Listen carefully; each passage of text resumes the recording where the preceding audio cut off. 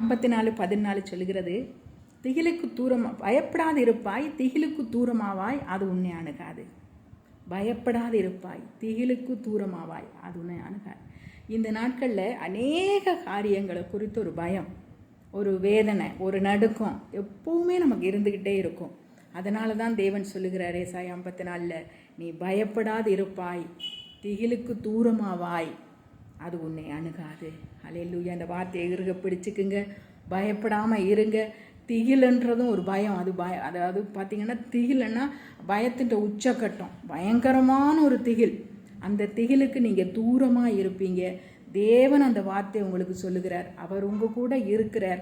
எந்த ஒரு காரியத்தை குறித்த பயம் இருந்தாலும் சரி, திகில் இருந்தாலும் சரி, அது உங்களை விட்டு தூரமாய் போகும் என்று தேவன் சொல்லுகிறார்.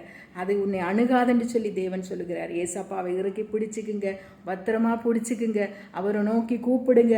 உங்களுடைய தேவைகளை, உங்களுடைய பயங்களை, உங்களுடைய திகில்களை அவருக்கு அறிக்கையிடுங்க.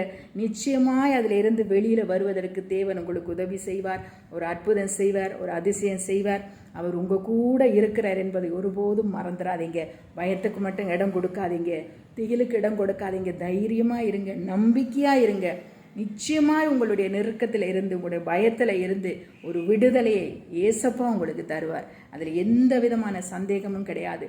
பிள்ளைகளை குறித்தோ, தகப்பனை குறித்தோ, தாயை குறித்தோ என்ன கவலையாக இருந்தாலும் பயப்படாமல் இருங்க. God bless you.